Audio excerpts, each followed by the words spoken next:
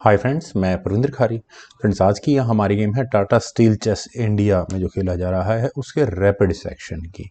यहाँ first round में अर्जुन इरगियासी का मुकाबला अब्दुल सत्ताराव नदरबेक से था। मैं शुरू करता हूँ इस गेम को। यहाँ नदरबेक ने E4 खेला, E6 यहाँ अर्जुन का मूव आया, D4 हुआ, D5 देन हुआ E5 French defence advance variation, C5 तो C3 वाइट ने किया, night C6, night F3 then bishop आया D7 स्क्वायर पर, बिशप E2 देन हुआ F6 और इसके बाद नदरबेक ने सबसे पहला काम कैसल करने का किया। डेवलपमेंट स्मूथ है दोनों तरफ से। F take C5, knight take C5, knight take C5, D take C5, pawn कोई अच्छा स्क्वायर तो मैं नहीं कहूँगा इस पॉन के लिए, लेकिन queen C7 that's okay. Pawn पर सीधा अटैक है तो C4 यहाँ पहले वाइट ने किया और ये मूव थोड़ा सा क्वेश्चनेबल है क्योंकि क्वीन टेक C5। चलिए पॉन एक्सचेंज को यहाँ कंप्लीट किया गया है और अब क्या किया जाए। वाइट के लिए स्ट्रेट फॉरवर्ड मूव मुझे रुक को E1 स्क्वायर पर लाने का ही लगता है और यहाँ से ये बिशप पर जो डिस्कवर्ड चेक आएगी वो काफ़ी डेंजरस हो सकती है, लेकिन ब्लैक मैनेज कर लेगा अपने नाइट को F6 स्क्वायर पर ले जाकर और H5 स्क्वायर पर मेटेरियल एक्सचेंज किया जा सकता है उसके बाद। लेकिन चलते हैं एक्चुअल गेम पर। C टेक्स D5 और यहाँ पर पॉन एक्सचेंज नहीं किया जा सकता क्योंकि रुक सामने आने के बाद सिचुएशन और वर्स्ट हो जाएगी, तो इसीलिए अर्जुन ने पहले यहाँ कैसल किया लेकिन towards long side.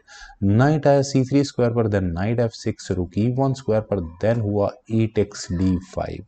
Bishop manoeuvre अभी भी आ सकता है लेकिन कहाँ आए ये देखने वाली बात होगी। डिस्कवर्ड अटैक क्वीन पर बनेगा। बिशप C4 मुझे थोड़ा सा बेटर लगता है क्योंकि D5 स्क्वायर पर ये रखा हुआ पॉन है, ब्लैक यहाँ से लूज कर सकता है। क्वीन को हटाना होगा, क्वीन F5 स्क्वायर पर कहीं गई भी तो बिशप टेक्स D5 बिल्कुल किया जा सकता है, लेकिन बिशप के B5 स्क्वायर पर जाने से डिस्कवर्ड अटैक बना पर अचीवमेंट कोई खास हल हुई नहीं। ब्लैक ने अपने पहले क्वीन को लिया C7 स्क्वायर पर, बिशप G5, नाइट कुछ देर के लिए पिन है, लेकिन बिशप D6 यहाँ ब्लैक ने खेला और सीधा H2 पॉन पर अटैक है। लेकिन क्या यहाँ इस D5 पॉन को लिया जा सकता है? I don't think so. अगर वाइट यहाँ नाइट टेक्स D5 के लिए जाता है तो नाइट टेक्स D5 और वाइट चाहे तो इस रुक को ले सकता है, ब्लैक को कोई प्रॉब्लम नहीं होगी क्योंकि क्वीन से यहाँ इस नाइट को नहीं लिया जा सकता। अगर लिया गया तो बिशप फ्री में मिलेगा यहाँ पर ब्लैक को और बिशप की डिस्कवर्ड चेक जो कि वाइट के लिए बहुत प्रॉब्लम्स वाली बात होगी। चलिए इस गेम को थोड़ा सा आगे बढ़ा देते हैं। बिशप टेक्स D8 करना पड़ेगा यहाँ पर वाइट को, rook takes D8, bishop takes D7 with check, queen takes D7 और नाइट यहाँ अभी भी सेफ रहने वाला है। तो आप किसी भी तरह से कैलकुलेशन करें, ब्लैक इस वे में कम से कम क्लियरली अपर हैंड में चला जाएगा। तो यहाँ पर व्हाइट ने पहले अपने जी पॉन को आगे पुश किया। इसके बाद हुआ bishop takes D5, dangerous bishop को भी हटाना जरूरी है। Knight takes B5 then queen पर अटैक बना, क्वीन गई B6 स्क्वायर पर, knight takes D6 check, queen takes D6 then rook आया C1 स्क्वायर पर। No issues with this pawn, लेकिन B6 फिर भी यहाँ ब्लैक ने किया।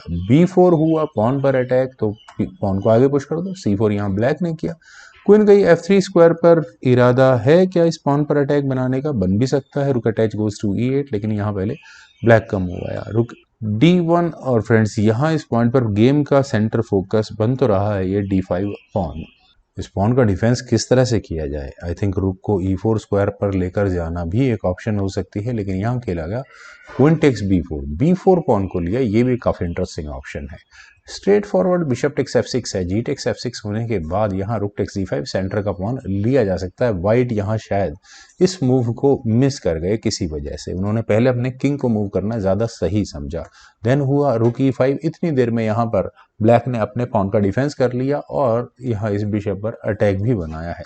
तो बिशप गया F4 स्क्वायर पर, वापस रुक पर अटैक बनाने के लिए रुक पहुंच गया E4 स्क्वायर पर। बिशप G5 देन हुआ क्वीन E7, A4 तो हुआ H6। बिशप को यहाँ इस डेंजरस स्क्वायर पर रखना ठीक भी नहीं है, काफी देर हो चुकी है। बिशप टेक्स F6 किया जा सकता था, क्यों? जी टेक्स F6 होने के बाद एक वीक H6 स्क्वायर पर रखा हुआ पॉन यहाँ व्हाइट को मिल सकता था। This might be the course of game for future, लेकिन यहाँ हुआ बिशप E3।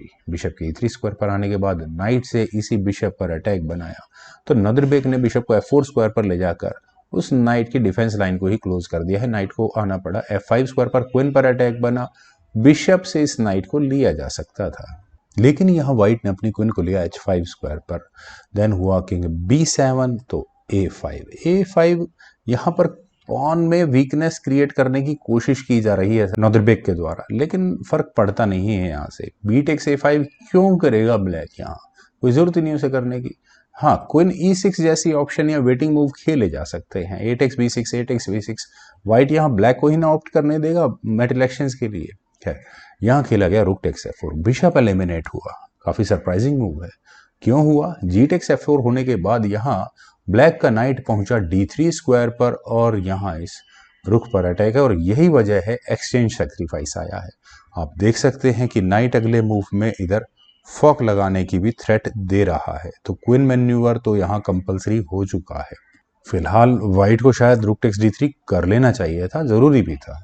सी टेक्स D3 होने के बाद यहाँ ये वीक पॉन स्ट्रक्चर ब्लैक का हो चुका होता। ए टेक्स B6, और मेरे ख्याल से पॉन इतने स्ट्रांग नहीं रहते जितने स्ट्रांग इस गेम में फर्दर रहे थे।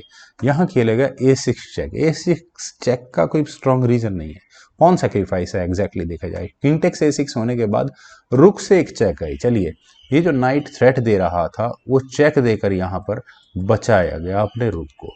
किंग गया वापस B7 स्क्वायर पर, और इसके बाद व्हाइट ने अपने किंग को ले लिया B7 स्क्वायर पर, और यहाँ इस F4 पॉन का डिफेंस किया, या फॉक जो आने वाली थी उससे बचाव किया गया। क्वीन E4, क्वीन एक्सचेंज की कोशिश है, ऑफर है, क्वीन एक्सचेंज हो जाता है, वो भी ठीक है, लेकिन पॉन पर थ्रेट भी आती है, तो किंग G3 यहाँ नॉर्दरबेक ने किया। फिर रुक F8 और इसी पॉन पर स्ट्रॉन्ग अटैक और ज्यादा बढ़ाया गया। अब मुझे लगता है कि व्हाइट को क्वीन टेक्स E4 करना ही चाहिए था। डी टेक्स E4 होने के बाद फर्दर इस गेम में अलग तरह से प्रेशर को बढ़ाया जा सकता था। रुक A2 could be an option, क्योंकि यहाँ से इस पॉन, खैर 3 कनेक्टेड पासर्स हैं जो मेरे ख्याल से व्हाइट के रेजिग्नेशन के लिए काफी रहेंगे, लेकिन यहाँ खेला गया क्वीन G4, और अभी भी यहाँ कनेक्शंस नहीं की तो हुआ queen takes F4 with check. Forcefully connections यहाँ अर्जुन ने करवा दी। Queen takes F4, knight takes F4, और अगले मूव में चेक नहीं, कोई प्रॉब्लम नहीं है ज्यादा। किंग गया F3 स्क्वायर पर, देन हुआ D4, और फ्रेंड्स D4 क्यों हुआ है?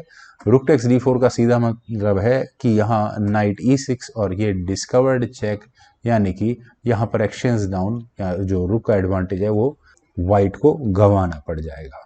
तो यहाँ व्हाइट ने अपने किंग को लिया E4 स्क्वायर पर, और मेरे ख्याल से गेम की सिचुएशन ऐसी आ चुकी थी कि नॉर्दरबेक काफी पहले रेजिग्नेशन दे सकते थे, लेकिन फिर भी वो यहाँ अर्जुन के D3 मूव का इंतजार करते रहे, और इस मूव के बाद उन्होंने आखिरकार रेजिग्नेशन दे ही दिया है। रेजिग्नेशन का रीजन फ्रेंड्स, इन 4 कनेक्टेड पासर्स को 2 रुक, क्या मैं कहूंगा कि एक क्वीन भी ना रुक पाए।